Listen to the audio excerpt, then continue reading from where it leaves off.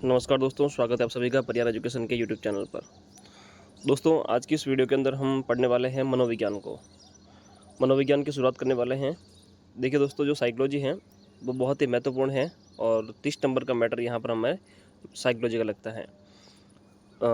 बात की जाए अगर हम दो सब्जेक्ट की, जैसे कि हिंदी हो गया, संस्कृत हो गया या इंग्लिश हो गया, इसमें से दो सब्जेक्ट आपको लेने पड़ते हैं और दो सब्जेक्ट मान लीजिए आपने ले लिए हैं, तो सब्जेक्ट जो ऐसे हैं दोस्तों कि आपने पहले पढ़े हैं, यानी कि अगर आप 10th तक भी आए हैं ना, तो उन सब्जेक्ट को आपने कहीं ना कहीं पढ़ा है। ठीक है, क्योंकि वो जनरल सब्जेक्ट है, कॉमन सब्जेक्ट है, तो वो आपको पढ़ने में मिलते हैं, तो वो सब्जेक्ट आपने पढ़े होंगे। साथ ही बात रहती है एसएस की, तो एसएस भी आपने पढ़ा होगा। ठीक है, जिसमें सामाजिक ज्ञान के अंदर आपको एसएस के मैटर देखने को मिलते हैं, तो वो पढ़े हैं आपने। अब बात रहती है दोस्तों साइकोलॉजी की। ये मनोविज्ञान ऐसा सब्जेक्ट है जो आपको कहीं पढ़ने को नहीं मिलता है। ये सिर्फ और सिर्फ रीट में आने के बाद में ही आपको पढ़ने को मिलता है। ये नाम भी हमें पहली बार सुनने को मिलता है कि मनोविज्ञान कोई चीज़ होती भी है। ठीक है, क्योंकि हमें ये सब्जेक्ट हमारा लगता भी नहीं है, तो इसके बारे में हमें इतना ध्यान होता भी नहीं है। और रीट में जाकर ये सब्जेक्ट लगता है, तो हमारे लिए जो है बड़ा ही कन्फ्यूज़न और बड़ा ही हमारे लिए इरिटेट शब्द होता है कि मनोविज्ञान क्या है ये। तो आज हम इस वीडियो के माध्यम से मनोविज्ञान की क्लासेस शुरू करने जा रहे हैं और ये हमारी पहली क्लास रहेगी, जिसमें हम मनोविज्ञान के शुरुआती जो है उसका क्षेत्र कैसा रहा है, मनोविज्ञान की जो भाषा है वो कैसी है, मनोविज्ञान शब्द हैं वो कैसा है, और मनोविज्ञान की जो कुछ परिभाषा है वो किस प्रकार से किसने दी हैं, उसके बारे में बात करेंगे। देखिए दोस्तों, पिछली बार मैंने रीट की तैयारी की थी, उसके दौरान मैंने ये नोट्स बनाए थे।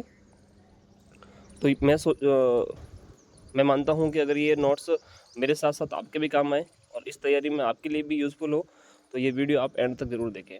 काफ़ी अच्छे नोट्स है, बड़ी मेहनत से मैंने नोट्स बनाए थे। ठीक है, और मैं चाह रहा हूँ कि ये नोट्स है जो आपके भी काम आए, क्योंकि आप काफ़ी सारी किताबें पढ़ रहे होंगे और आपको जो है काफ़ी सारा कन्फ्यूज़न हो रहा होगा। तो बड़ी ही ईजी तरीके से और बड़ी ही शानदार तरीके से मैं आपको ये बता रहा हूँ, तो आप चित्त लगाकर और शांत चित्त के साथ इस चीज़ को समझने की कोशिश कीजिएगा। ठीक है, ताकि आपके मनोविज्ञान जो है वो आराम से समझ में आ जाए। ये सब्जेक्ट बड़ा ही डिफ़िकल्ट सब्जेक्ट है और बड़ा ही कन्फ्यूजन वाला सब्जेक्ट है, तो आपको समझ में नहीं आएगा कि इसकी शुरुआत कहाँ से हो रही है और ये आपको कहाँ ले जा रहा है। तो हम इसको एक बड़े ही अच्छे तरीके से और अच्छी शुरुआत के साथ में इसको पढ़ेंगे, ताकि एक पूरा का पूरा कंसेप्ट आपको समझ में आ जाए। और जहाँ जहाँ से प्रश्न बन रहे हैं उन्हीं चीज़ों को हम देखेंगे, फालतू की चीज़ों को हम यहाँ पर नहीं देखेंगे, क्योंकि उनके पढ़ने का कोई औचित्य ही नहीं है। तो जो हमारे काम की चीज़ें हैं और जहाँ से हमारे प्रश्न बन रहे हैं उन्हीं चीज़ों को हम देख रहे हैं। तो देखिए, सबसे पहले बात आती है मनोविज्ञान। हमारे लगता मनोविज्ञान है वो भी 30 नंबर का लगता है। तो सबसे पहले बात आती है मनोविज्ञान की। मनोविज्ञान आखिर है क्या? ठीक है, और अगर बात करें हम इसके स्पेलिंग की, तो इसको इंग्लिश में बोलते हैं दोस्तों साइकोलॉजी। मनोविज्ञान को इंग्लिश में बोलते हैं साइकोलॉजी। ठीक है, और इसकी जो स्पेलिंग है दोस्तों वो कुछ इस प्रकार से है: PSYCHOLOGY, PSYCHOLOGY। ठीक है, आप इसको साइकोलॉजी भी बोल सकते हैं, आप इसको फसाइकोलॉजी भी बोल सकते हैं, क्योंकि ये लगभग सबको फंसाती हैं। ठीक है, तो आप इसको फसाइकोलॉजी भी बोल सकते हैं। इसकी शुरुआत होती है वो पी लेटर से शुरू होती हैं, ना कि एस या सी से, क्योंकि हम जब साइकोलॉजी बोलते हैं ना, तो लगता ऐसा है कि पी या एस से ये स्टार्ट होगा, पर ऐसा नहीं है। ये स्टार्ट जो है पी से हो रहा है, तो इसकी स्पेलिंग होती है PSYCHOLOGY। ठीक है, तो ये हो गई साइकोलॉजी की स्पेलिंग। तो कई बार जो है ऐसे प्रश्न भी बन जाते हैं सीधे सीधे कि साइकोलॉजी जो है उसकी सही स्पेलिंग क्या है, और उसमें जो हाँ है पहला अक्षर आपको एस से दे देंगे, या फिर पहला अक्षर आपको सी से दे देंगे जहाँ से स्पेलिंग स्टार्ट होती है। और आपको ध्यान रखना है, इसकी शुरुआत होती है पी लेटर से, PSYCHOLOGY, साइकोलॉजी। अब दोस्तों बात करें हम साइकोलॉजी, जो मनोविज्ञान है वो किस भाषा का शब्द है।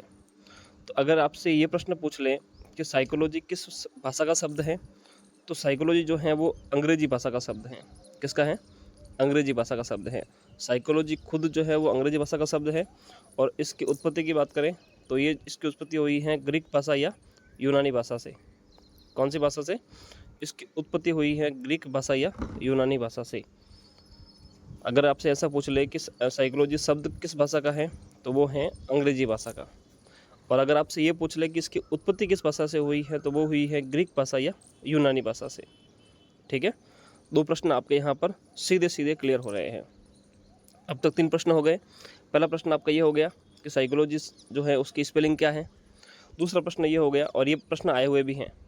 दूसरा प्रश्न हो गया आपके कि साइकोलॉजिस्ट शब्द जो है वो किस भाषा का है, तो वो अंग्रेजी भाषा का है। साइकोलॉजी शब्द की उत्पत्ति किस भाषा से हुई है, तो वो ग्रीक भाषा या यूनानी भाषा से हुई है। ग्रीक और यूनानी एक ही भाषा है। ठीक है, तो इसकी उत्पत्ति हुई है ग्रीक भाषा से, और ये भाषा जो शब्द है वो है इंग्लिश का, अंग्रेजी का। तो दोस्तों बात करें हम साइकोलॉजी की, तो ये 2 शब्दों से मिलकर बना हुआ है। कौन कौन से शब्द हैं? एक तो हैं दोस्तों साइकी, PSYCHE, और लोगस। साइकी और लोगस, इन 2 शब्दों से मिलकर जो है इसका निर्माण हुआ है। और इसका मतलब क्या होता है? साइकी का मतलब होता है आत्मा, और लोगस का मतलब होता है अध्ययन। ये छोटी छोटी चीज़ें हैं और यहाँ से सीधे सीधे प्रश्न बनते हैं। मैं फिर कह रहा हूँ आपको, ये छोटी छोटी चीज़ें हैं और यहाँ से सीधे सीधे प्रश्न बनते हैं। हम क्या करते हैं कि ज़्यादा डीप चले जाते हैं, क्योंकि ये नए सब्जेक्ट है हमारे लिए, और हम काफ़ी डीप चले जाते हैं और छोटी छोटी चीज़ों को हम यहाँ पर छोड़ देते हैं। ये चीज़ें हमारे लिए काफ़ी काम आएगी। तो जो साइकी शब्द हैं उसका मतलब होता है आत्मा, और लोगस का मतलब होता है अध्ययन। जो शाब्दिक अर्थ होता है पूरा का पूरा वो होता है आत्मा का अध्ययन। क्या है? आत्मा का अध्ययन। क्लियर? तो यहाँ पर 3-4 चीज़ें आपको क्लियरली समझ में आ गई होगी कि जो साइकोलॉजी शब्द है वो अंग्रेजी का शब्द है, इसकी उत्पत्ति जो है वो ग्रीक भाषा से हुई है। मनोविज्ञान की जो स्पेलिंग है वो भी आपको समझ में आ गई होगी। ये 2 शब्दों से मिलकर बना हुआ है, साइकी और लोगस से। साइकी का मतलब होता है आत्मा, लोगस का अर्थ होता है अध्ययन, इसका मतलब होता है आत्मा का अध्ययन। अब दोस्तों बात करते हैं हम इसकी परिभाषाओं की। इसकी कुछ विशेष परिभाषाएं हैं जहाँ से भी सीधे सीधे प्रश्न बनते हैं, और परिभाषाएं जो हैं हर बार एग्जाम में पूछी भी जाती हैं। तो यहाँ पर ध्यान रखें आप परिभाषाओं का।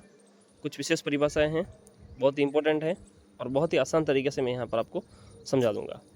देखिए, ये परिभाषाएं हैं मिस्टर क्रो एंड क्रो की। क्रो एंड क्रो एक व्यक्ति था जिसने इसके बारे में परिभाषाएं दी थी। ठीक है, उसने क्या कहा था? उसने कहा था कि मानव व्यवहार और मानव संबंधों का अध्ययन है। मनोविज्ञान क्या है? मानव व्यवहार और मानव संबंधों का अध्ययन है। क्रो एंड क्रो 2 बातें कहता है क्रो एंड क्रो। एक क्रो कहता है व्यवहार की, और दूसरे कहता है मानव संबंधों की। तो ये ध्यान रखें आप, 2 चीज़ों की बात की गई है, एक तो मानव व्यवहार की और एक मानव संबंधों की। क्रो एंड क्रो मानव व्यवहार एंड मानव संबंधों की बात करता है। आगे दोस्तों बात करें हम वुडवर्थ की, तो वुडवर्थ कहता है कि वातावरण में होने वाले मानव व्यवहारों का अध्ययन है मनोविज्ञान। क्या है? वातावरण में होने वाले मानव व्यवहारों का अध्ययन है वातावरण। ठीक है, तो वुड से क्या होता है? वुड का आप मान लीजिए कि लकड़ी, वुड यानी लकड़ी, और लकड़ी कहाँ होती है? वातावरण के अंदर।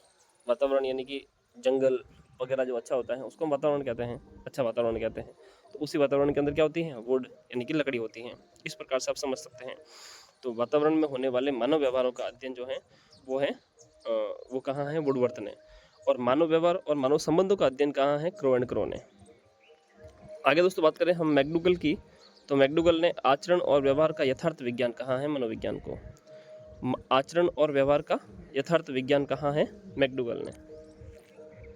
बोरिंग ने कहा है मानव प्रकृति का अध्ययन। बोरिंग जो व्यक्ति हैं उसने कहा है मानव प्रकृति का अध्ययन। ठीक है, तो इस प्रकार से ये कुल 4-5 परिभाषाएं हैं जो काफ़ी इंपॉर्टेंट है साइकोलॉजी को लेकर। शुरुआती दौर में ये परिभाषाएं आती हैं जो काफ़ी इंपॉर्टेंट है, और यहाँ से सीधे सीधे प्रश्न बनते हैं। तो इस प्रकार से जो है आप मनोविज्ञान को आराम से याद कर सकते हैं, और आपके लिए ज़्यादा ये डिफ़िकल्ट नहीं होगा। ठीक है, आज का ये वीडियो आपको कैसा लगा कमेंट करके ज़रूर बताएं। अगर अच्छा लगा हो तो लाइक ज़रूर करना, साथ ही चैनल को सब्सक्राइब कर देना। आगे हम इसी तरह से पढ़ेंगे जिससे कि हमारा जो मनोविज्ञान है वो काफ़ी अच्छा हो जाए। ठीक है, तो मिलते हैं एक नए वीडियो में एक नई जानकारी के साथ। तब तक के लिए धन्यवाद।